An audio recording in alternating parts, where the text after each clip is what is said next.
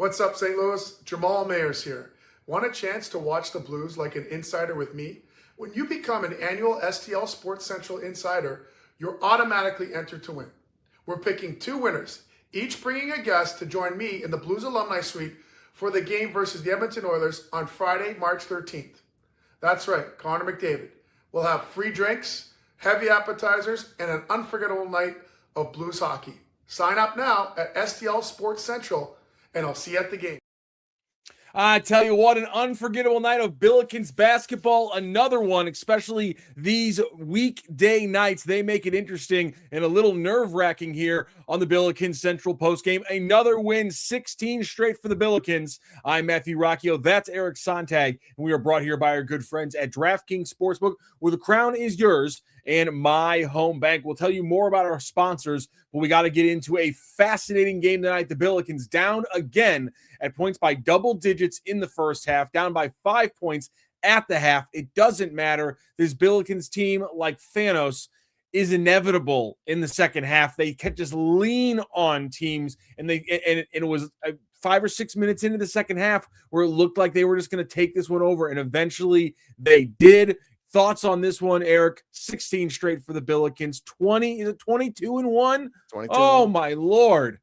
It's incredible. I mean, just heading into tonight, I thought this had trap game written all over it. All over it. For Slew. It's why I bet Davidson plus 9.5 and survived. I'm sure we'll talk more about that.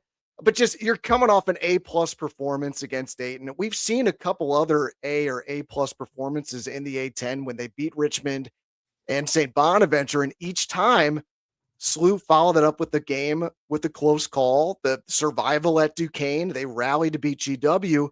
So was expecting to see another close call tonight, and we got it.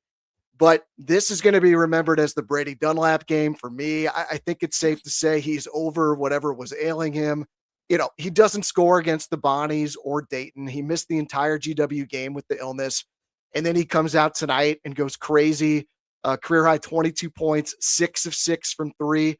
He's a big part of two big kill shot runs that I know we'll talk about. But just like overall, the Bills, they face more adversity on the road, but they get it done. 16 in a row, 22-1 on the year. You are correct. And just the dream season continues, and Billikens Nation rejoices. It's just unbelievable what we're seeing. Thomas Welch comes on, and they keep rolling, and they seem like they are an avalanche, unstoppable. Rick Majerus towel. How about that loser Nepo baby McKillop calling a timeout with 12 seconds left? War, damn, Billiken. Yeah, quite the interesting move there to call the timeout down 9 with 12.3 left. Interesting call nonetheless. Apparently there was a lot of Nepo baby phrases being thrown around. Apparently at one point Jaden Schertz on the bench was chanting, "You guys need Curry," and that did not make the Davidson faithful happy, apparently. I guess not. Yeah, the broadcast left a lot to be desired tonight with the placement of the crowd microphones. Yes, I love that this kid's heckling Brady Dunlap while he's having the game of his life. What? You gotta have a little situational awareness. Yes, is what we like to call it. Situational awareness. It was absolutely insane. I like this over on Twitter from my good friends who put this one out. Jack Godar, who said because we had a quote from Ishan Sharma where he called him, Trey Green, and Brady Dunlap the three best shooters off movement in the entire nation. Josh Schertz then really credited him for his ability to be humble, his humility. But then Jack Godar, then we had the runs by Ishan Sharma a couple games ago and Trey Green over 2 straight games, and everyone was calling them the Splash Brothers. Jack Godar says on Twitter, Brady Dunlap got annoyed that people were calling Trey Green and Ishan Sharma the Splash Brothers. What a game from Brady Dunlap. You're not the only person who's going to remember it as the Brady Dunlap game. That's what we are christening it, and so it is said, and so it shall be done. 6 for 7 from this field, 6 for 6 from deep, 4 for 5 from the stripe. Put in an effective field goal percentage because that weights 3-pointers heavier than 2-pointers. That's an effective field goal percentage of 128.6%. That is an atomic game from Brady Dunlap. It's a career high from him. And here's my last little stat, Eric Sontag. He is the 5th Billiken to either tie or set their career high this season. The team's special in every way, shape, and form. Yep, and it can be a different guy every night. And I kind of figured that the shots wouldn't fall as easily tonight for a lot of the guys. Trey Green does end up 3 for 7 from 3, which is great, but Sharma just 1 for 4. Robbie struggled with his 3-point shot, 1 out of 8, but affected the game in a lot of other ways that I'm sure we'll talk about.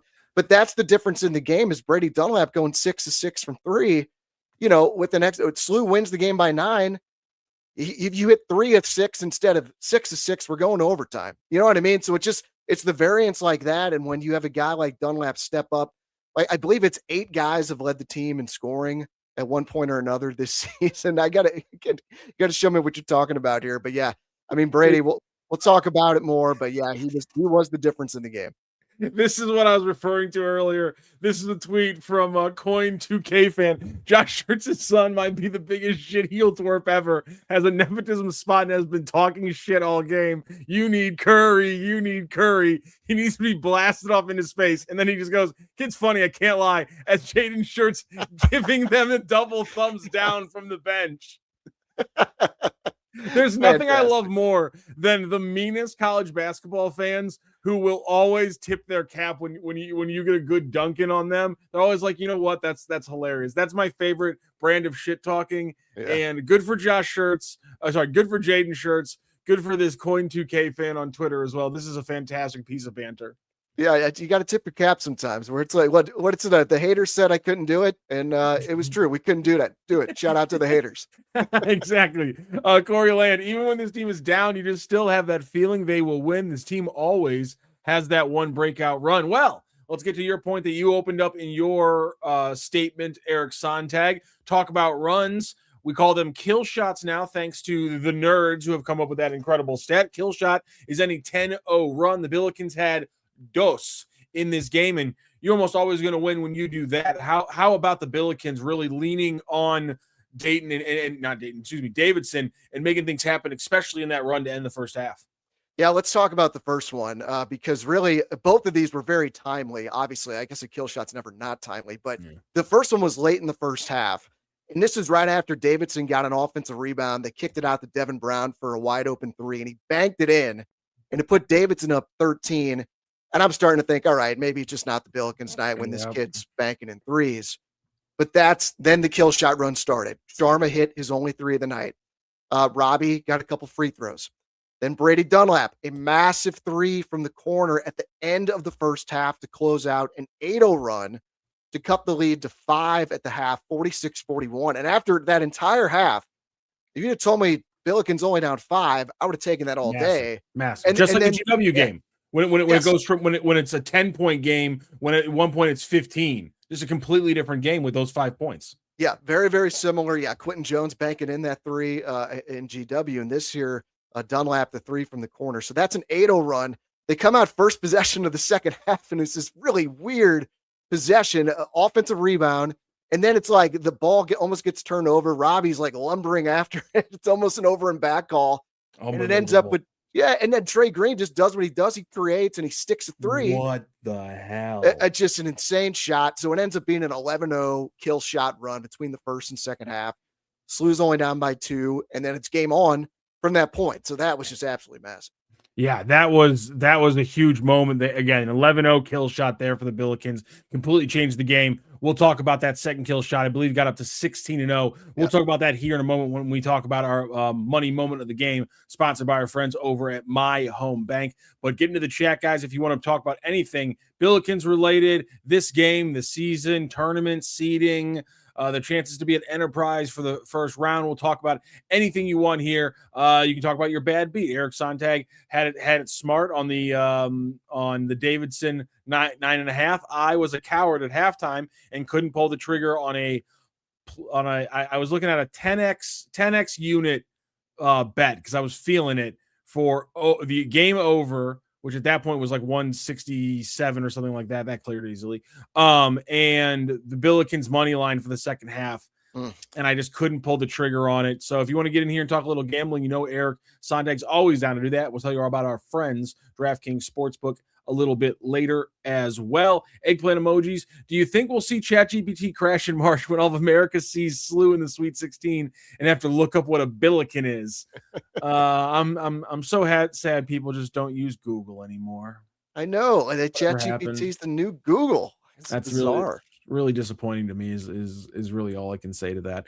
Let's get another one here. Dwizite, I should say, STL says Big East needs to reconsider. I mean, if you do this I mean, at this point, it's all about money, and I think it's all about the timing of the money. Like, if we're being honest, people can talk about sending messages from politicians. People can talk about, making tournament runs. You can meet with the commissioner, what have you. I just think at the bottom line is SLU going to pay a ton of money to enter the Big East in the next couple of years before there's a new TV deal where they're going to have to essentially pay the other 11 Big East members for their chunk of the deal, essentially. So I just don't see them paying that amount of money when they could sit back and promise Josh Schertz a $12 million NIL budget and give him a $2 or $3 million raise to around $6 million. That's probably a better way to go for a year or two until the Big East TV deal is up. And then you can go to them and say, hey, while you're renegotiating this TV deal, wouldn't it be awesome if you could include the St. Louis TV market, which is still a top 25 TV market, 24th right now in the nation. It's moved down, but still top 25 TV market. You add that to the Big East's discussions on their next TV deal. That's how St. Louis gets into the Big East. It's not just going to be a couple hot years of basketball. Basketball doesn't move the needle. Money moves the needle. This is still, when it gets down to it, that's what this is all about. This is about money, bottom line, and that's when things will change. Yeah, it's well said. It always ends up coming down to money in most things in life. But yeah, I believe that the TV deal comes up in 2029, if I'm not mistaken. But winning and money can be correlated as well. I mean, we saw what donors, the buzz this team is getting right now. The donors want to be part of this. I know this is a SLU show, but I'm reminded of Kimmy English of Mizzou back in the day said we reconcile by winning. And winning takes care of a lot of things. If you just continue to win and put up these good seasons back to back to back, money's going to follow, donors are going to follow, and hopefully a better conference situation will follow from there. That's the other thing. Donors are going to follow, and the Big East is all playing with the same thing, which is that whole like cap that I don't know if it actually really exists. They're not splitting it with football, so I don't think Josh Schertz would move to Providence, but at the same time, I believe podcasters. Am I freaking out here, Eric? Okay. I believe podcasters like Curry Hicks Sage, when they talk about like a $12 million NIL budget by Providence, and we saw what Providence was spending on a coach a couple of years ago. There's real money in the Big East. Today it was Patino was talking about how if the Big East wants to compete with everybody else, he was talking about $7 to $8 million NIL budgets. Can SLU get up to that point? And to your point, if they can get some excitement, I keep using Mark Cuban as an example. He's got big money, but he's just the most vocal example we have right now of a guy who's come out and said, when I saw what Signetti was doing after 1 year, I bought in and upped my give to them for NIL because I saw a tangible way to return. And that's going to be an interesting thing is, is there a blip on the screen with a team like Providence who's getting a lot of NIL money but isn't having a lot of success? Do those people pull back and decide, hey, we don't want to pay the buyout for English. We don't want to up that $12 million NIL, and all of a sudden they lose out on one of the best coaches in the cycle. Does that happen with Syracuse? A lot of things could still happen. Let's move past all this tertiary whatevers and let's talk about what did happen, because that was a fantastic game overall. Let's go to Eddie Pavicic, who's going to talk about some awesome stats. Him and James Hoffman. Look at these guys combining this stat little here. Watch this. Absolute insanity. There's 5 to 6 guys who can go off for 5+ threes any game. Oh, well, Eddie Pavicic, how about this for the chat? James Hoffman, he's got the stat for you, Eddie. 6 instances of 5 trays made over the last 4 games. 3 different players. Bang, Ishan Sharma, Trey Green, and Brady Dunlap. They're the Trey triplets. Oh, that kind of works. We can work on that a little bit. Oh man, yeah. I mean, the threes. We know it's the great equalizer, and that's what I was fully expecting SLU to finish under their season average tonight after just lighting it up against Dayton. but they shoot 44% from three tonight, 12 out of 27. And we always talk about, I talk about at least, but I look for this 2-point percentage for SLU as well, and just how critical that is for this team. I really thought that this was a team that SLU should be able to attack inside. So SLU ends up, they were 7 of 15 in the first half, 47%, but the second half, they go 11 of 17 from two for 65%. So 47% in the first half, 65% in the second half. And that was really Davidson's weakness defensively. They defend three very well, the second in the A-10 behind SLU in that category, but they're 253rd in the nation in 2-point field goal percentage defense. So I thought SLU would have an athletic advantage tonight. And really, I think it was the second half. We saw Robbie start attacking more and not settling for that 3-point shot as much. I don't think he quite had his legs all together back as he's fighting through whatever illness he is fighting through. And he just really started to attack, which I love to see, because he was 1 of 8 from three, but he goes 4 of 6 from 2-point range. He did a good job getting to the free throw line, 6 of 9 from the free throw line. He still ends up with 5 rebounds and 6 assists. Robbie was massive. He's getting mugged, and he's hitting these crazy running 15-footers in the lane as he can barely even get his arms up at the end of the game. The broadcast left a lot to be desired. I thought the officiating left a lot to be desired tonight. I am not blaming the officials guy by any stretch normally, but that was a rough watch. It was rough watch yeah, tonight. Yeah. It was just odd. Is all I can say. I couldn't get a good read. It was just, all you want is consistency. When it gets down to it, all you want is consistency from the officials. And so when you get one like that where it just feels you don't know what's going to be a foul, you don't know how physical you can play when based on how physical they're playing, it's a little annoying. Let's talk about that 16-0 run, because we need to talk about our good friends over at My Home Bank. This Billikens Central Post game is brought to you by our business banking partners at Home Bank. From business lending to everyday banking, Home Bank has been with us since day one as a trusted partner. Business banking isn't just about numbers, it's about relationships. And with Home Bank, those relationships make all the difference. That's why they were one of our first call here at STL Sports Central just over a year ago. Home Bank is the team behind our team here at STL Sports Central. Visit myhomebank.bank. That's myhomebank.bank. Or you can give them a call right there on the screen. There's the number, 855-577-2001. That's Home Bank, member FDIC. More than a bank, they're your business partner. And we can go to our money moment of the game, brought to you by our friends at Home Bank. I'm going to go within that 16-0 run, Eric Sontag. I think for me, this is clear, because what happens is the Billikens get an Amari McCoughtry layup that was pretty sick to make it 57-52. They've started the run. They get he gets fouled. He hits the free throw. Shocker on that one. They get a miss on a three-pointer, and this is where it is, because that three-pointer by Devin Brown, when it's a 4-point game for the Billikens, that three-pointer by Devin Brown might have been one of the most wide-open three-pointers in a game full of them, but maybe this entire season, that the Billikens have given up this entire year. I mean, he was at the top of the key with no Billiken even close enough to even attempt a closeout. Somehow he misses that three-pointer.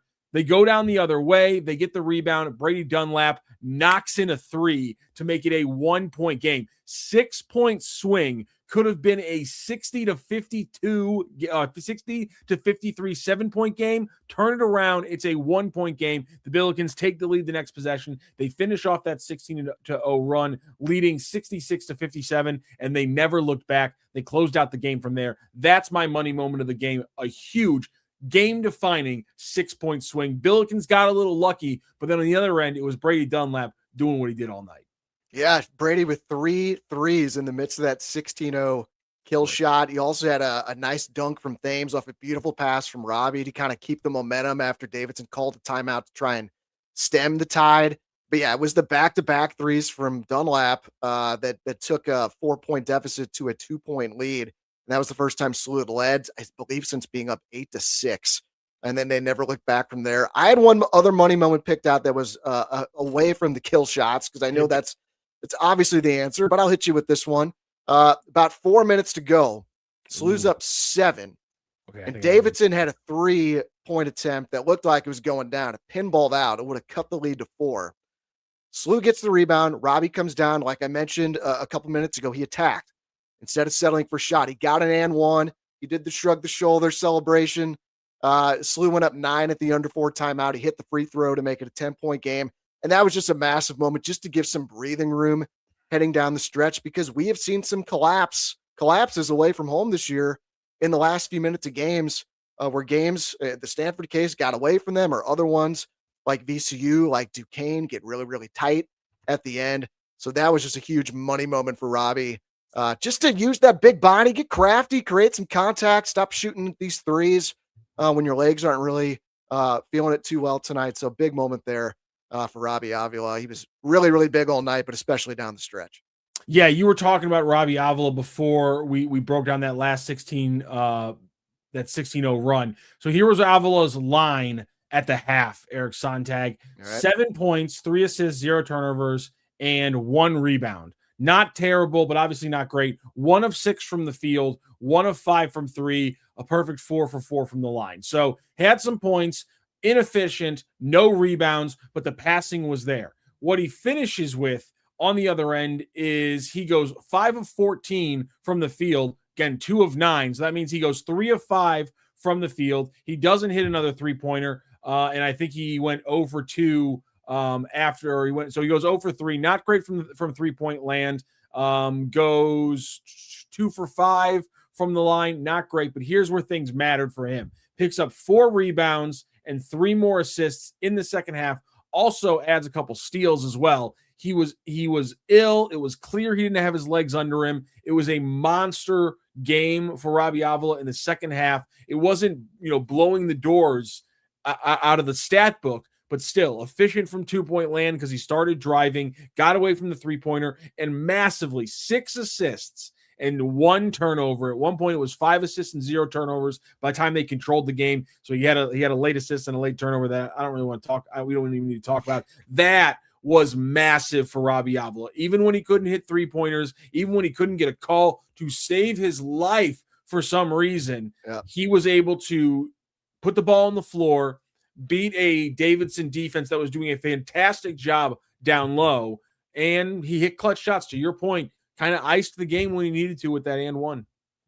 Yeah, and was it no turnovers for Robbie? Is that what you said as well? He had 1 turnover. One turnover. Up, but it was super late. It was by the time they had taken that like 82 to 72 lead. He was at 5. He was at 5 assists and 0 turnovers. So he took control of the game with that efficiency and taking care of the ball. And that's a big thing with Robbie this year. He turned the ball over a lot last year. He's cut down on his turnovers this year while increasing his assists. And obviously, of course, other than tonight, he's been nails from deep as well. Yeah, really gutsy effort from him tonight. You hope, LaSalle coming up on Saturday. That's a game SLU should win easily. You hope, he can manage his minutes. Hopefully he gets all the way better here over the next few days. I did think it was notable, SLU 10 turnovers, not terrible, but Davidson did not capitalize on those. Only 4 points off turnovers for Davidson, I thought was a massive stat in this game. And then the other one, Robbie did a really good job on the boards, and really the entire team did a better job on the boards in the second half in particular. I really thought this is an advantage the Billikens were going to have heading into the game. Number 7 in the country in rebounding margin. Davidson's had a negative rebounding margin this season, but they've been better in conference play where they've been trending up in that department. And at halftime, I noted the rebounds were tied 18-18. Second half, SLU out rebounds Davidson 23-12. So SLU ends up beating their, basically matching their plus 10.5 per game on the boards this season. They win the battle on the boards by 11, 41-30. They win the offensive rebounds battle. The Billikens do 12-10. They also finish ahead 9-7 in second chance points. So it's a 40-minute game. It's a long game. This team doesn't panic when they get down, when they face adversity. They know they can just keep on persevering. And I've talked about this team really not having a lot of holes in the boat, if any. And so other teams' flaws will come out over the course of a 40-minute game where the Billikens' strengths will be able to expose those weaknesses in the other team that they have, and it ends up in a 9-point victory. It's kind of wild that the Billikens ended up hitting a couple more 3-pointers than Davidson in this game. That was huge And really the second half defense was incredible. Davidson in the first half, goes 7 of 15 from deep. And then in the second half, they go 3 of 14, just a completely different game. Not to toot my own horn here, but we put out the we asked people for their keys to the game before a lot of these games, and that's an ode to our good friends over at the Key STL. If you guys are down by at a Billikens game on Saturday, go check out the Key. It's just across the street from that Billikens garage across Olive. It's a fantastic place. My keys to the game tonight were to hold Dayton to single digits makes from deep. They made 10. I'm counting that one. Win the rebounding battle by +7. Bang, they did that. I was very wrong on this one. I thought an ill Robbie would be best as a trailing three-pointer. He looked good first three-pointer out of the gate, but then he was terrible from three the rest of the night. I was very wrong about letting him be a driver. But the rebounds, yes, that's the thing that jumps out to me the most. The 23-12 second half run there for the Billikens was absolutely huge. The fact that they didn't blow anything, they didn't fix the turnover battle. They still turned the ball over more than Davidson, but they handled the ball a little bit better. They moved the ball better. It didn't stick as much in the second half, and that obviously helped them create what was a very good 5 of 10 from deep. Yeah, one of the keys also Trey Green. Yeah, Trey Green. And Brady Dunlap. That helps too. A big thing I was looking forward to tonight was the pace of the game and not let Davidson dictate it, have it be a half-court game. Because, damn, they play slow. 343rd in the country in tempo, where SLU's 23rd in the country in tempo. So I really thought, SLU was going to want to speed this game up. They really didn't. The fast break points were just 9-6 for SLU. I was thinking, so KenPom, I'm a nerd with this KenPom stuff. KenPom projected 67 possessions in this game. And really that magic number I wanted to see SLU get to is make it 70 possessions at least. Because Davidson has not been in a lot of games like that this year. Only 6 games Davidson's been in the season with 70 or more possessions. It only ended with 68 possessions tonight. So that pace favors Davidson. But SLU was just so damn efficient on offense. They finished with 1.34 points per possession. And so in a game that really SLU was not able to do a lot in transition, they end with 1.34 points per possession, with just how well really they shot the ball from three. Brady Dunlap, huge factor in that. This is where the numbers broke a little bit. Okay. The Billikens this season have pulled down double-digit offensive rebounds one time in conference play, and that was against Richmond, which they won by 25. So the Billikens pulling down double-digit offensive rebounds, that's, I think, one of the reasons why, even though the possessions number wasn't that, they didn't break that number there, because an offensive rebound doesn't technically count as a new possession in a possession count there. I'm pretty sure that, so we get an artificial, 12 new scoring chances, not possessions, and that kind of gives the Billikens that buffer of not controlling the possession game, not controlling the pace, but still getting enough chances to eventually outscore Davidson. Davidson took 4 more field goals, but the Billikens had 5 more trips to the charity stripe, couple and 1 chances that they missed as well. So I think the scoring chances probably breaks about even, and the big reason is because they won the offensive boards battle. Yeah, and Davidson was good offensively too. I mean, they finished 1.21 points per possession as well. So again, it goes back to the fact that SLU just does so many things well.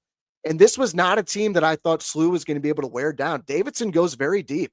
I mean, I think they had 10 players score in the first half. I believe I heard the broadcast say, and I double checked that. The broadcast wasn't right on everything tonight, but they were right on that fact. And Davidson's one of the top teams, and Davidson's one of the top teams in the country in bench minutes. So this was not a team SLU is going to be able to wear down. SLU was going to have to win this game by skill and by just going toe to toe with this team and hitting more shots at them and shutting them down. I thought SLU's defense was really shitty in the first half. They were just giving up way too many open looks. Davidson still got a good amount of open looks in the second half that they just missed, but the defensive intensity was definitely better in the second half than it was in the first. Yeah, talk about the Billikens defense. That was insanely disappointing at times, because have we seen another game where the Billikens were just letting guys dip their shoulder and get past them, drive after drive after drive? I mean, I don't think we've seen that really this entire season, and that was egregious at some points tonight. It was just every possession, especially in the first half, a Wildcat was just dipping his shoulder, getting to the paint, driving and kicking. Somebody was open because for some reason somebody was helping or glitch or switch glitching, as they like to call it, in some stupid way. Like it was insane the looks that they were giving up the first half. It was very unlike we've seen the Billikens defense this entire season. I think part of that is just being flat. And it's one reason I bet Davidson tonight is you can kind of feel this coming, like just coming off Tuesday this massive win. Yeah, the Tuesday game, massive win against your rival where you just play an A++ game. It just, you could kind of feel this coming. But again, 40-minute game, man. Like just do not let up. They don't panic. Shirts is really good. I think about just keeping that level head. He doesn't really lose his composure from what I've seen at least. And this team just finds a way to get it done. I expect them to keep finding a way. They definitely did indeed find a way. Let's talk about the best way if you're trying to find a way to win a little money. If you're like Eric Sontag tonight and you played played the Davidson Wildcats plus 9.5. If you're like me in an alternate universe where I'm not a coward and I hit place that bet on my halftime things, then you could have been a big winner tonight on DraftKings Sportsbook. Another way to be a big winner is DraftKings Sportsbook and Super Bowl 60. It deserves a sportsbook built for the moment, and DraftKings Sportsbook, an official sports betting partner of the Super Bowl 60, puts you right in the center of the biggest game of the year. I'm so not used to actually being able to say Super Bowl on ads. I'm tripping all over it. When anything can happen during the Super Bowl, DraftKings has your back with early exit. If a player goes down in the first half, you still get paid in cash immediately once your bet settles. No bonus bets, no waiting. I love the Super Bowl matchup. Seahawks. I'm just staring at the word Billikens right now. Seahawks facing off against the Patriots. While we're doing this, let's throw up a little chat here. Let's be a little interactive during this ad read. Eric Sontag, eggplant emoji. Eric, how do you feel about taking the under Seahawks money line in both QBs to throw for under 225 yards on Sunday? How about that for a little DraftKings parlay on Super Bowl Sunday, Eric Sontag? It is very creative. Seattle money line, I think, is good there. The under, I would lean that way, but don't love it. Both QBs to throw for under 225. I don't like that. I think Darnold actually is going to have a huge game on Sunday. New England really, really stops the run. If you look at their 3 playoff games, they really have not allowed any of these teams to run the ball against them. I think Kenneth Walker, I'd be targeting under on his rushing props because I think Darnold is going to be able to throw on this defense. Can I suggest an edit here, eggplant emoji? It might not be as big as what you're getting right now on the line, but instead of having both QBs throw for under 225 yards on Sunday, go to the alternate passing yard props and bet them both to throw for over like 215. Again, you're not going to get as good of odds, but it's still adding a little value. And I think while you might not be confident about them getting much over 220, I think we should all be pretty confident about them getting around 215, 210, 220. So bet the alternate passing yards on the quarterbacks and go to move it down to about 210, 215, 220, whatever you feel like. Bet it over on that one because I agree with Eric. It might not be huge games for both of them, but I think both of them have solid games. One of them could eventually pop, though. I'm gonna let me give one play while we're here and doing the spot. Might as well.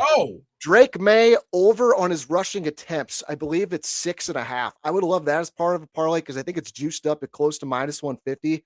But this dude's been sacked 5 times in all 3 playoff games. He's going to be running for his life against Seattle. Drake May over 6.5 rushing attempts. I love that play.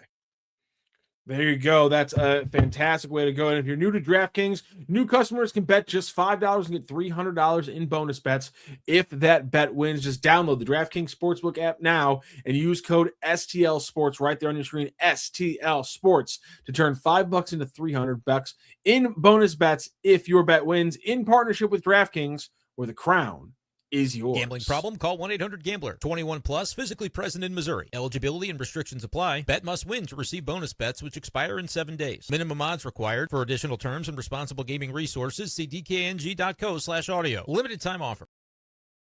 Finding out a lot of people we work with, Eric, are not cowards and made their halftime bets. And that just makes me feel completely left out. But that's what I get because I've been so profitable on these Billiken money line on over unders actually, and I don't know how the only times I've been scared away, and I haven't lost them, but I've been scared away is both times when the Billikens opponent had a bigger first half than I expected, and the Billikens had a solid like 50% from field first half, and I'm like, can they replicate that? And the answer is, as I continue to learn, one of the biggest truisms in basketball. Shirts might not think it matters in basketball because of halves instead of quarters. At this point, I am so dipped in my own philosophy of how much playing in front of your own bench matters for each side of the ball. And for the Billikens, like tonight it would have been a first half over, and they were playing defense, but Davidson played a lot faster than we all expected. Everybody hit 3-point shots. Everyone hit free throw shots. I think there were only 2 missed free throws in the first half. That's not how the second half went.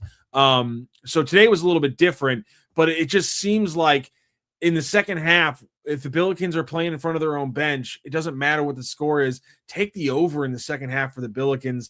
And depending on how the first half went, it seems like most game overs, as long as they're in the low 150s, they almost feel like, they feel like absolutely juicy picks. I mean, I saw 151 tonight, and I was like, yeah, I'm going to hammer the hell out of that. I was wrong about my first half pick, and I blew my own parlay like a fool. But even in the second half, looking at an 87-point first half, the second half over-under didn't move from the first half, from the pregame. It was still an 80-point line for the second half. I couldn't believe it hadn't moved from 80 points. 80 points was a gimme for that second half, an absolute gimme. Yeah, I think when you see the Billikens struggle in the first half, second half over is a very good look. I updated their numbers now. They're full game overs. They're just 12-10.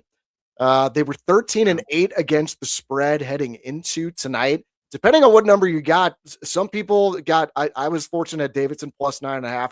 I'm pretty sure SLU closed as an 8.5-point favorite. Yeah. So I'm going to, this probably goes down as a cover for them. So that means SLU's now 14-8 against the spread, which is just outstanding. You love to see that. They hold steady in KenPom. They were at 24 before the game. They're still 24 now with obviously more games pending, but they're going to be a massive favorite on Saturday against LaSalle. KenPom projects that as an 86-62 win for the Billikens. So you're going to be looking at SLU by around minus 24 with a total of right around 148. So this could be a game. I think that could be ripe for an over with SLU, with a close call. You see a close call, and then they come and they just beat the hell out of some team the next game. I could see that game getting loose in the second half too. What's the over-under right now? Well, KenPom projects it 148, 86-62. Usually the spread comes out, or usually the spread and total come out within a couple points. So it's probably going to be right around 150. I was going to say, did you see LaSalle tonight? Yeah, weren't they up big on Loyola, and then they they were down. Game? They were down by 16 to Loyola and lost by 10.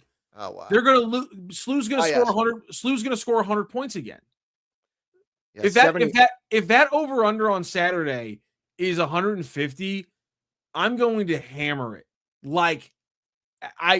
Probably irresponsibly, if I'm being honest. Because the Billikens are just going to score 100 points on LaSalle. SLU didn't play very well at LaSalle in the first meeting, and it still ended with 156 points, 84-72 final. I think we found ourselves a play for Saturday, Rock. I'd be shocked. The way these games have been going, they blow the doors off teams in these weekend games after playing like crap for a half plus on Tuesday. It happened in the Duquesne game. They immediately come out and blow the doors off the Bonnies. It happens in George Washington. They blow the doors off Dayton. Now it happens in Davidson. LaSalle's going to be reeling after getting drugged by freaking Loyola. If it's 151 again, you can't convince me not to put $100 on that, Eric Sontag. You can't. At worst, it's going to be in the low 150s, probably 152. What I guess would be the highest you would see. I think that's a really good look, and it's going to be a packed house again on Saturday. I saw on Ticketmaster, almost all the tickets have been sold again. Town has really gotten on board with this team, which I've been dying for years now. We have this team here. We don't have an NBA team. We don't have an NFL team. Get on board with this club, and I'm finally love to see that St. Louis is getting on board with this team. He's got to, I mean, I'm now not even really so much worried about making the tournament. I'm now more concerned with, can they get a top 4 seed and get assigned to Enterprise Center for Mhm. first and second rounds. It's still no Yep. guarantee, but typically the committee tries to protect those top 4 seeds to send them to a favorable location. And that's really what I think this team's ceiling is, definitely at least a 4 seed. I think 4 is probably the limit they're going to get. But if you're 16 in the net, and if you finish 30-1, 29-2, there's no reason you couldn't get a 4 seed. Do you think it matters if Illinois is a 1 or a 2 relative to SLU getting into that regional? I don't know for a fact, but I don't think Illinois and SLU have anything to do with each other from a committee Okay. standpoint. Again, could be wrong in that, but I think I mean, if SLU and Illinois are placed in the same, I mean, I saw it. I think it was Lenardi's bracketology today. He had SLU as a 7 and would be playing Illinois in the second round in St. Louis. That I don't think that's probably. Why is Joe Lenardi such a nerd? God. Well, a 7 seed? Come on. A10 teams used to have, like, do you realize, like, Rick Majerus had like an 8-loss SLU team get a 4 seed. It's insane that a 1 seed SLU team is a 1-loss SLU team is still being talked about as a 7 seed. That's wild to me. What do you think the ceiling is? I think if they win out and they 4, I was thinking 3. If they go 30-1 and then win the conference tournament, I think it's possible. If I had to, like, gun to my head, what seed are they going to end up with? I'm going to say a 5. It's I guess part of it still remains to be seen about how much the A10 cannibalizes itself. Like, does you know, this is a Q2 win right now against Davidson. If Davidson blows 3 games in a row, it's a Q3 win all of a sudden. Yep. And so little things like that, like George Mason has 2 bad weeks. That's no longer a Q1 game at away to finish off the regular season. So I mean, that's the thing with this stupid net rating, is that you have to constantly be scoreboard watching and checking these things, and because things move and adapt. And I honestly haven't checked in the last 2 or 3 days to see where some of the other non-conference games, if they're shifting wildly or not as we get later in the season. So yeah, things could still change. I don't see a 3 happening. I think they might be capped out as a 4. So the one I'm really keeping an eye on, the team I really want to continue to excel, is Santa Clara. They are number 44 in the net right now. They need to stay in the top 50 to keep that a quad 1 win. So Billiken fans, stay up late, watch Santa Clara games out on the West Coast. You really, really need them to stay in the top 50 to keep that a Q1 win. The VCU road win, I'd be stunned if VCU falls out of the top 75. They're at 52 right now. It's really hard to see them falling far enough to where that's not a Q1 win. George Mason's at 65 in the net. You want to keep them in the top 75. So that last game of the season is a Q1 opportunity. And Dayton, I mean, SLU did so much damage to them. They're down to number 90 in the net. So I don't think they're going to crack the top 75 to make the road game up in Dayton a quad 1 opportunity. So it really is, you got to root for Santa Clara, VCU, and George Mason above anybody else, especially Santa Clara. That is the one. They're hanging at 44. Stay in that top 50. And then I think SLU to put them in a really good favorable position on that selection show when they're showing resumes, and to have another Q1 win there would be massive.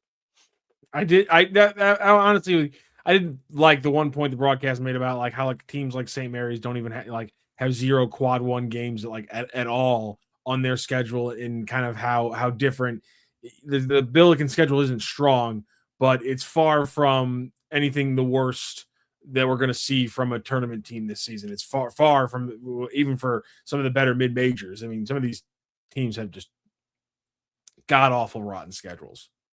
Yeah, and to Grant's point about if you want SLU in, St. Louis better to be a 5. Yeah, I just don't know where they're going to get placed location wise, but I do think a 5 seed would be really, really favorable. Just because you get, I know the 5-12, it's always kind of a scary thing, but you just really do not want to be facing one of the 1 or 2 seeds in the second round if you get there. But it's so great that we're having this conversation as opposed to whether they're going to get in the tournament. I mean, I guess it's nothing's a lock, at least as of yet, but just like just with the way this team's metrics look, where they're number 1 in offensive, effective field goal percentage offensively and defensively. I got to imagine the committee is like in love with this team if they just keep winning. So. Sorry, my microphone cord is getting wrapped around my chair. Oh, we're going to have a problem here in a minute. No, you're good. I'm going to take it with me. Take it with me as I try to fix this. Here we go. Under Theo. Theo, I don't know. The depth and fight in this team is amazing. Their balanced lineup gives them such a second half advantage. Yes, like the broadcast phrased it that it seems like they have more energy. I've been phrasing it like this for the last few weeks. They just, it feels like they just lean on teams because it's a constant onslaught. They're always pushing. One of the biggest things that I think you don't notice when you're watching the game because it just seems so natural and it doesn't jump out. But once it's pointed out, it's like a yellow car. You start seeing it everywhere.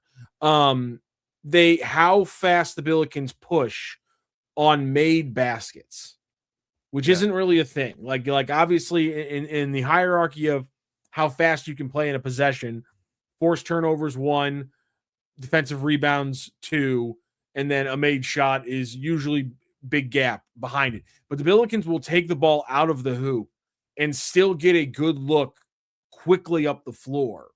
That's such a rare thing. They can't do it a lot against, really disciplined teams, but they still do it against almost everybody. And that's just a good example of how they just lean on teams. You do that enough to a team, and it's kind of like running the ball late in a football game. You're going to break their spirit a little bit, and that's what the Billikens do. Break their spirit is a great way to put it. I think it's interesting, too, that this team, I guess Quentin Jones is technically the point guard, but there is no Yuri Collins on this team that is like the guy. You have a variety of guys that are going to push the ball up the floor. I'm not sure if we've even mentioned him yet, but Amari McCoughtry was fantastic tonight. Well, offensively, I know he had some lapses defensively. I mean, that was one of the most Amari McCoughtry roller coaster games we've seen probably this season. The highs were high, the lows were unbelievably frustrating. One of the greatest screaming eagle games for Amari McCoughtry we've seen in a while. Yeah, I think it was to your point where I thought about him was just how much he pushes and attacks. I love that he has been going to the rim more. He only took 1 3-point shot tonight, made it, but finishes 6 of 7 from the field, 14 points, leads the team with 9 rebounds, 3 assists. So like I just love that he only had 1 turnover. One turnover. Crap. Based on his play, I thought he would have had 3 or 4. The fouls were ugly, but the fact that it was only actually 1 turnover and he had 2 steals and 3 assists to counterbalance that, you know what? I'll eat words on that one, Amari.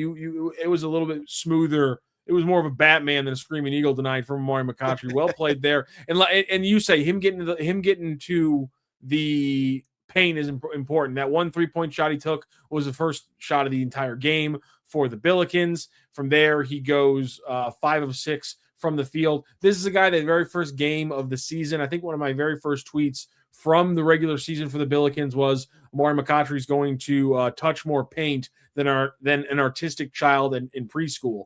And that's when he's at his best, when he is constantly touching paint, getting into the restricted area and making things happen. Yes, offensively, he was fantastic. He hit the boards, led the team with 9, had some good passes, had some odd plays, but kept making big ones. Missed the front end of a 1-and-1 for one of his free throw misses, his only free throw miss out of 2, which essentially is a turnover. So had some lows, but man, the highs are amazing. The one that jumps out to me, I don't know about you, is I can't remember exactly what it was in the game. I think it might have been late in the first, early in the second.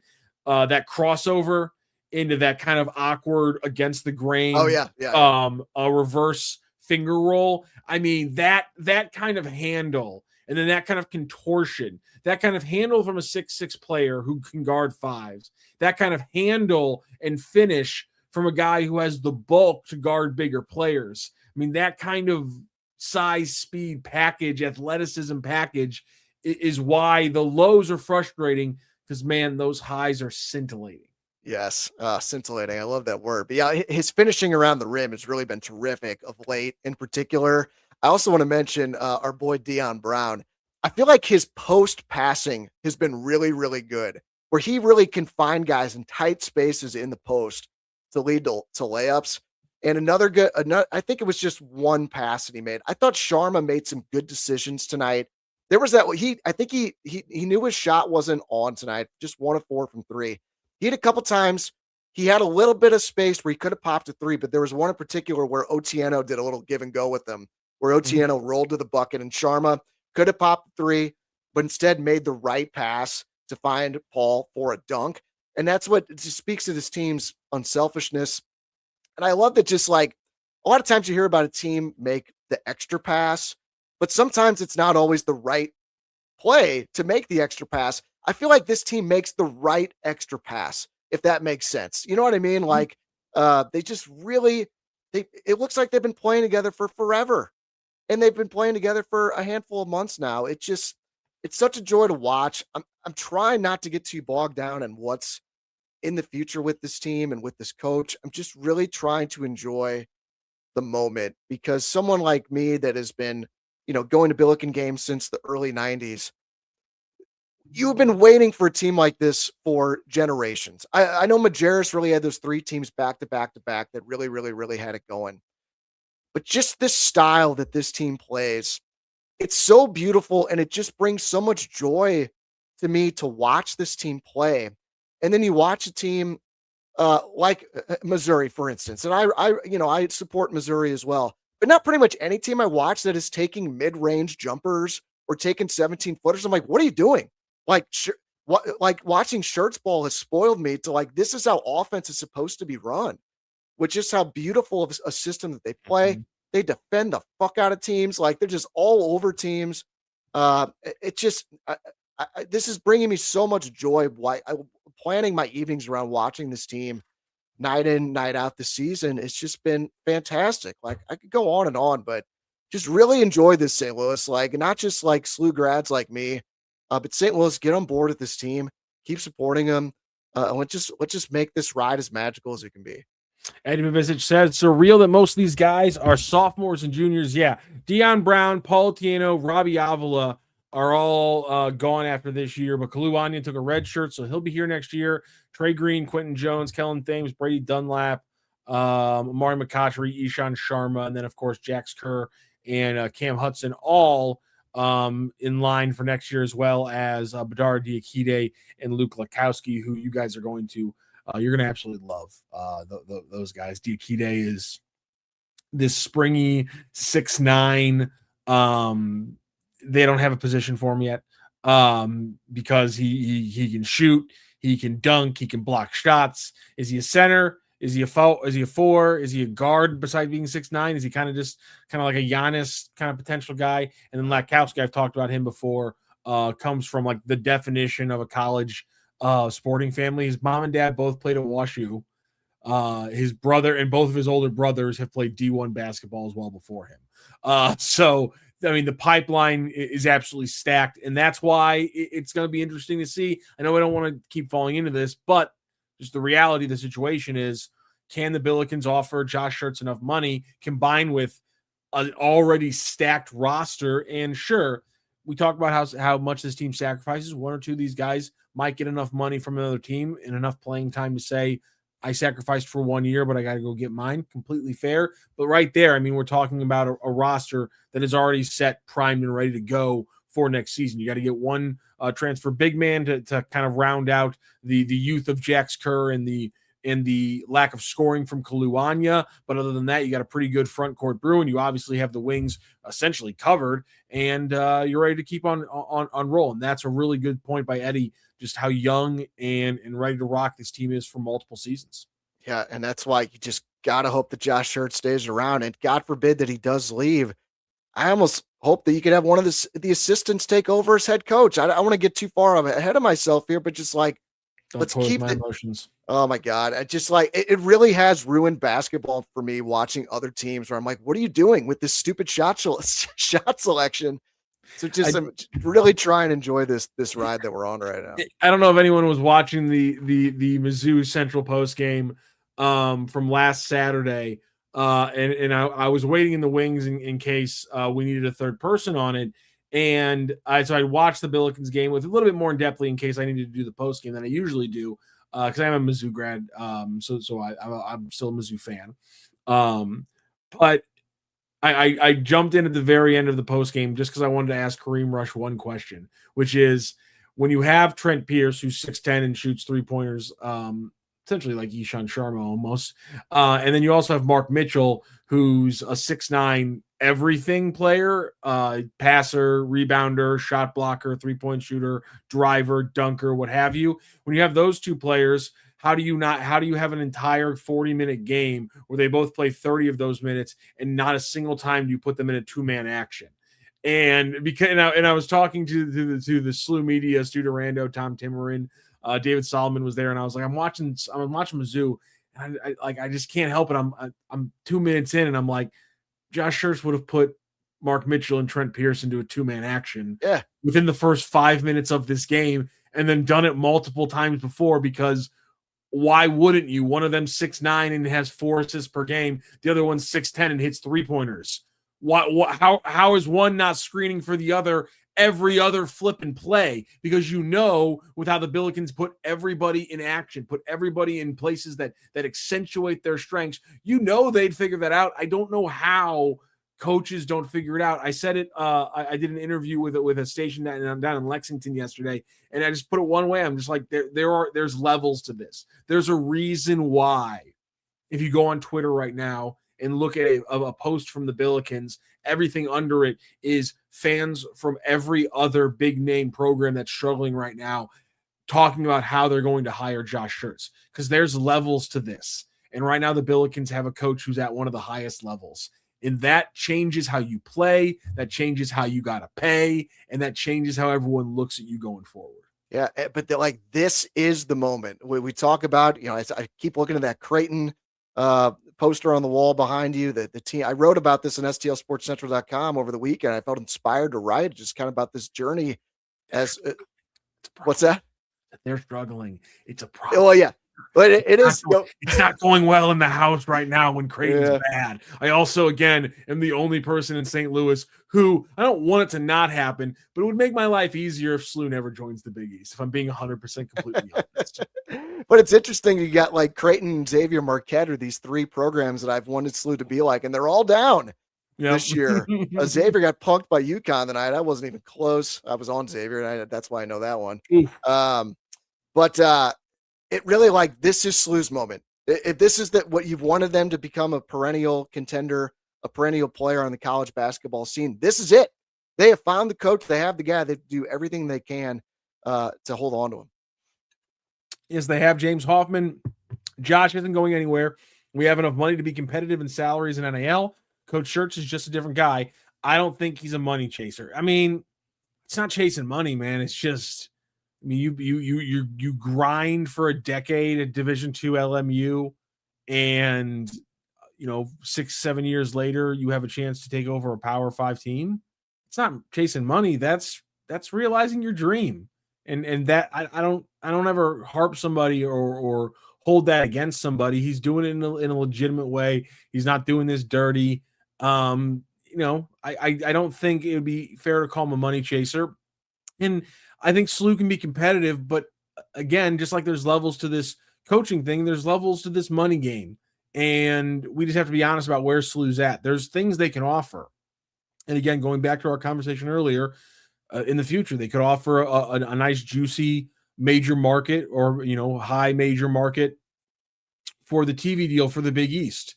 But right now, if an SEC or a Big Ten team comes calling, even more so than a Big East team, I don't know if they can swim in those waters. And there's nothing wrong with that. That's just the reality of the game. And part of this is we don't know what Josh Schertz is thinking on this. And only he knows, how ambitious he is in terms of maybe he from that great quote he gave for a couple minutes long after the Dayton game. My God, he certainly doesn't sound like a guy that's looking to leave, but sometimes you get an opportunity thrown in front of you. you just may never know, what is something where it's like, I have to take this. He didn't even want to take the Indiana State job. He wanted to stay at Lincoln Memorial, but basically was said like, Josh, you have to take this job, like the next step in your career. I am curious, depending on what jobs come open, how big of a program would actually go after him? Like, my brother is a Kansas grad. Okay. I don't even want to put this thought in the universe, but I'm going to. You Bill son Self. of I know, but my brother keeps telling me about it. So No, we can stop. No, I'm cutting it off there. The quote you're referring to, stop. The quote you're referring to, and Jacob Saracino asked the question from Channel 4, and the big line that was fantastic. There's a difference between making an appearance and having an arrival. He sounds like he's trying to have an arrival, not just make an appearance, and that does sound like somebody who isn't trying to go anywhere. But again, if a Big Ten team backs up the Brinks truck, I'm not going to fault him for it. But do you go to Rutgers? No. If that's offered, no. Like, you would want something better than that, I would think, and that's what I feel like for Schertz. And again, I don't know the guy. I just go by intuition of what I see and hear from him. He doesn't strike me as the guy that's wanting to leave, but I feel like it would have to be not just the money, but the right program. The Gonzaga, the Midwest season. My God, like, please. and here's the thing, to your point earlier, like, and I was joking about it, but legitimately, I would honestly, on a personal basis, it would be fantastic if like Zach Bovair took over, if Josh Schertz left. That would be absolutely incredible because he's such a fun tactician. He knows his stuff like crazy. He's one of those guys who he goes home, watches the SLU game again, and then like turns on an NBA game to see if he can pick anything in what they're doing. I mean, the thing that blows my mind most about Zach Bovair is that while doing research to try to find out what some of the actions that the Billikens were running were called, just to make sure I was using the right terminology. I'm in the bowels of this website talking about what they call certain things, and I find just the littlest footnote explaining how this action gets called Chicago a lot because college basketball coach Zach Bovair saw the Chicago Bulls running it for Derrick Rose a lot, and I'm like, what are the chances that I run across this of all things? That's how deep that guy is that now a very common off-ball kind of double screening action that the Billikens use a lot that essentially is now called by the basketball world Chicago because Zach Bovair saw the Billikens run it a lot. So, I mean, if that did happen, and I know I think it was Zach Godar, who I've already mentioned, who was tweeting about him just taking over if Schertz leaves, it'd be fantastic. He was the first coach I talked to when they took over. And all I said to him was like, hey, man, I'm just a basketball nerd who wants to talk X's and O's, probably more in-depthly than most people care about. And he goes, we're all basketball nerds here. It's going to work perfect. And that if that doesn't speak to why it works out here and why it would work out in the future if one or both of them stayed, I don't know. I don't know what else does. Yeah, and like to Eddie's point on the screen about Gonzaga, the Midwest, like, do people even go after Mark Few for jobs anymore? Or they just assume he's going to stay in Spokane? Like, that's what I'm hoping we could have here in Josh Schertz. But yeah, I'm a big continuity guy as well. Like, there's a reason the Pittsburgh Steelers have been so successful for so many years with 3 head coaches over a couple generations. I'm big on that. And when you got something that's working, you got a system that's in place that assistants believe in, just like the head coach does. I think it would make a lot of sense if we do have to cross that bridge. Hopefully we don't. Yeah, I mean, if the Gonzaga thing would be fascinating, and Schertz staying would be another way to kind of enact that and make that happen. One last thing I want to talk about, because it's late. We've been on for an hour, but we're having a blast, and the Billikens have won 16 straight and have already won 22 games. So I'm not shutting up anytime soon. Paul Ottino, 13 huge minutes for Robbie Avila. I'm surprised he didn't play the last few minutes, but obviously the free throw shooting of Avila was supposed to be a big thing. But man, his defense in games has been huge in moments. He's not getting a lot of blocks, but he changes shots. And more so than anything, when we talk about the Billikens defense, your mind should never jump to turnovers. It should jump to the possessions where Davidson's forwards are just running their shoulder into an absolute brick wall. In fact, there's a funny video going around Twitter today about this kid making fun of Julius Randle by constantly throwing his shoulder into like a bulldozer as he just like pounds the ball into the floor. And that was the entire Davidson front line every time they were going up against Paulo Tieno. He was an absolute brick wall in post defense, and it created huge moments, created huge misses that gave the Billikens life in transition. Otieno is a perfect example of a guy that has found his role in the team and has sacrificed individual stats for the betterment of the team and how he could impact the game, where he really does. It doesn't always show up on the stat sheet, like you said, but the way he can defend and bang with those guys in the interior, it really does impact the game and helps force a lot of missed shots from the opposition. He's a big reason why the Billikens are so good. I believe the number one team in the country in field goal percentage defense. But he grabs 4 rebounds in 13 minutes of action tonight too. It just all these players. It didn't take them long. They found their roles on the team, and Paul, his role is to defend and rebound. And there you go, right there. That looks great. It's let it recycle really quickly. It's that was Davidson against Paulo Tieno every time he was in tonight. That was Davidson against Paulo Tieno. He was killing them down low as a defender. It was great. Actually, I gotta tweet that. That's gonna be good. I got one other point I wanted to make before I get out of here, because I actually spent a lot more too. Yeah, so I had a hypothesis that the Billikens play much better at home than on the road when it comes to shooting. And so yesterday I went through game by game and looked at, what they were field goal wise, 3-point wise, free throw wise. And I was correct that they shoot better at home than they do on the road, but it's not as big of a disparity as I thought. And then updating the numbers after the road performance tonight, where they go 12 out of 27 from 3-point range this evening. I'm going to make sure I have that right. Yeah. 12 out of 27 from 3-point range. So the Billikens at home this year from 3 shoot 41.5%. And on the road, I was like, oh, that feels like it's probably a lot worse. It is worse, but it's still, even after tonight, 38.7% from 3 on the road.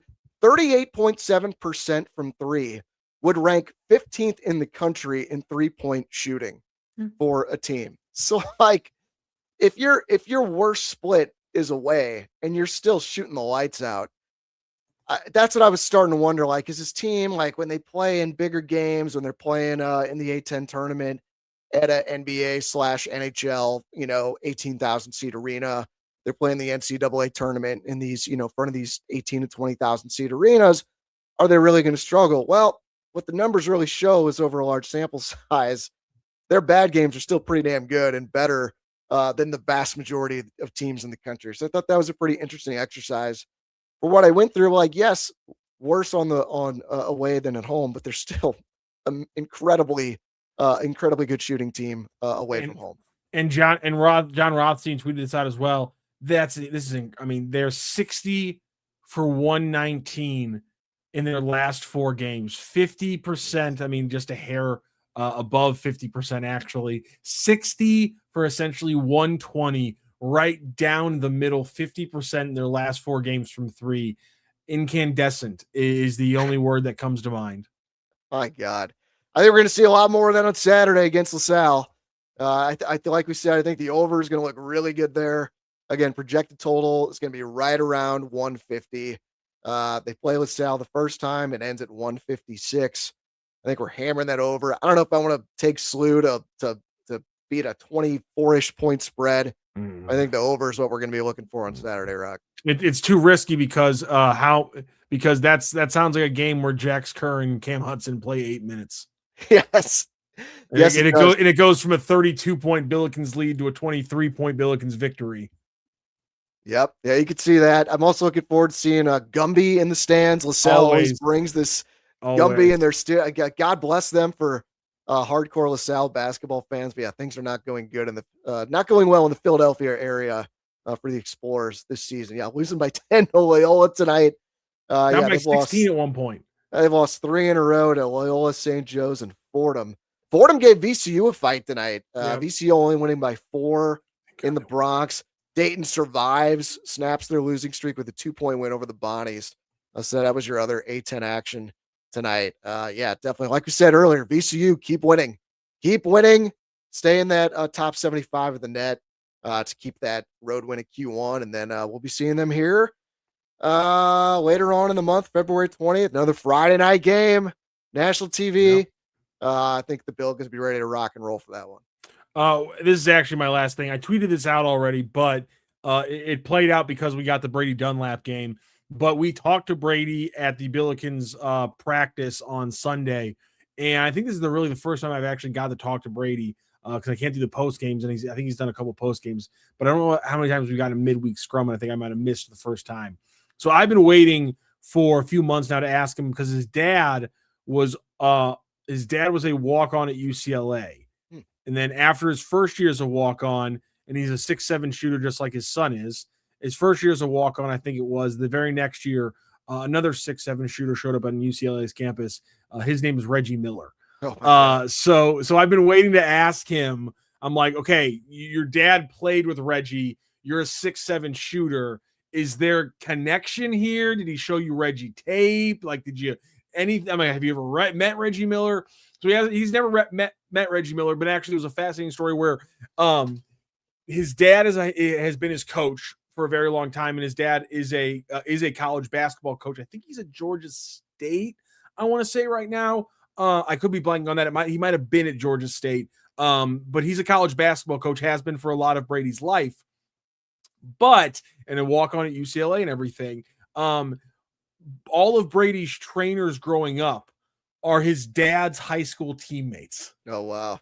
Which is just the coolest thing in the world. Like he says, one of the guys, like one of the coaches he's closest with, was his dad's high school point guard, and he's just like a little 5'10" guy that like guards him like right up in his face whenever he's working him out. Like always in his kitchen, wherever he goes, he follows him everywhere. So all his dad's high school buddies are his trainers back home, which is incredible. There's Tom Timmerman grew up in Southern California, right around the same time of his dad. I think his dad was like a year or two older than Tom. And so Tom was asking him about the divide because Brady goes to Harvard Westlake, but Brady did not grow up where most Harvard Westlake kids grow up. And he was talking about how he's driving to school in a Nissan and his classmates are driving to school in Bentleys and things like that. So he's got this attitude to him for a dad who went to UCLA, a dad who's been a college basketball coach, but he's been around the uber rich kids in these LA neighborhoods. And here was the quote I posted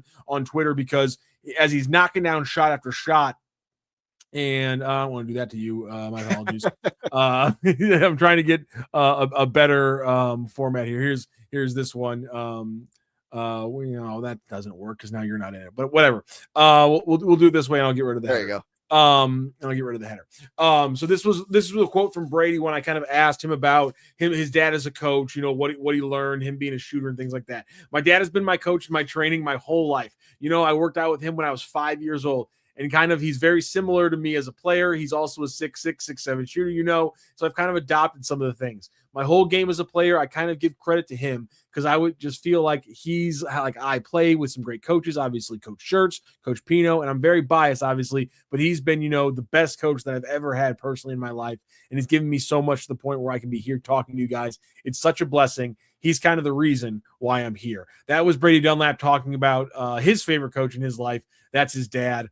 I mean, what else do you want from me, Eric Sontag? I'm giving you alley-oops. I'm giving you great stats. Now I'm tugging at the heartstrings with Brady Dunlap and Papa Dunlap. I love that. Yeah, he's got that blue-collar mentality to him. He's got a little bit of dog in him. As a cold-ass white boy, is how they put it. He had that one play tonight where he just ripped away an offensive rebound from a Davidson player. I think SLU ended up turning it over in that possession, but still, I made note of that. Like, damn, Brady, look at you. He had 5 rebounds tonight. Look at him. I haven't been able to find it. It's probably going to be in the highlight, but apparently I think it was after his 4th one or his 5th one, he said the camera caught him mouthing the phrase, mouthing the words, "I'm a bad boy," which is just, I mean, come on. How can you not love everything about him? And I don't know if people have seen this. I'm going to do one more share screen here on Twitter. Did you remember do you remember the GIF or the video that came out from Brady during the tournament last year? Is this when he was with the Johnnies and Yes. he's on the bench? Yes. Yes. Okay, I don't know if everyone's seen this. I'm going to show everyone one more time. This is what Brady Dunlap was doing last season with St. John's. Maybe the greatest three-point celebration we've ever seen. I'm going to let it reload here. I love fun with social media. We're having fun with social media on the show tonight. This is going to be Brady Dunlap. You're going to see him right here on the ground. It is one of, if not the greatest three-pointer celebrations I've ever seen in my entire life. Fantastic. It's absolutely fantastic. And talk about the foreshadowing, because Brady was the one who was the sniper tonight. He was incredible. I love the story. I can't wait to learn more about him being coached by his dad's old high school teammates. It's an incredible story with Brady Dunlap. He has his career high, and I know I already mentioned it, but again, the fifth Billiken this year, I should say, that has either set or tied their career high this season. Trey Green, Amari McCautry, Kellen Thames, Brady Dunlap, and Ishan Sharma have all done it tonight. Tonight was Brady Dunlap's game. Absolutely incredible. I love this team. Who's it going to be on Saturday? It could be someone completely different. And that's one of the great things about this team, man. This has been so much fun. I can't wait for Saturday. Another packed house at Chaffetz. Let's just keep on rolling. Roll Bills. 4 players in double figures tonight. Safe to say, with how Saturday should go, it could be even more than that for the Billikens.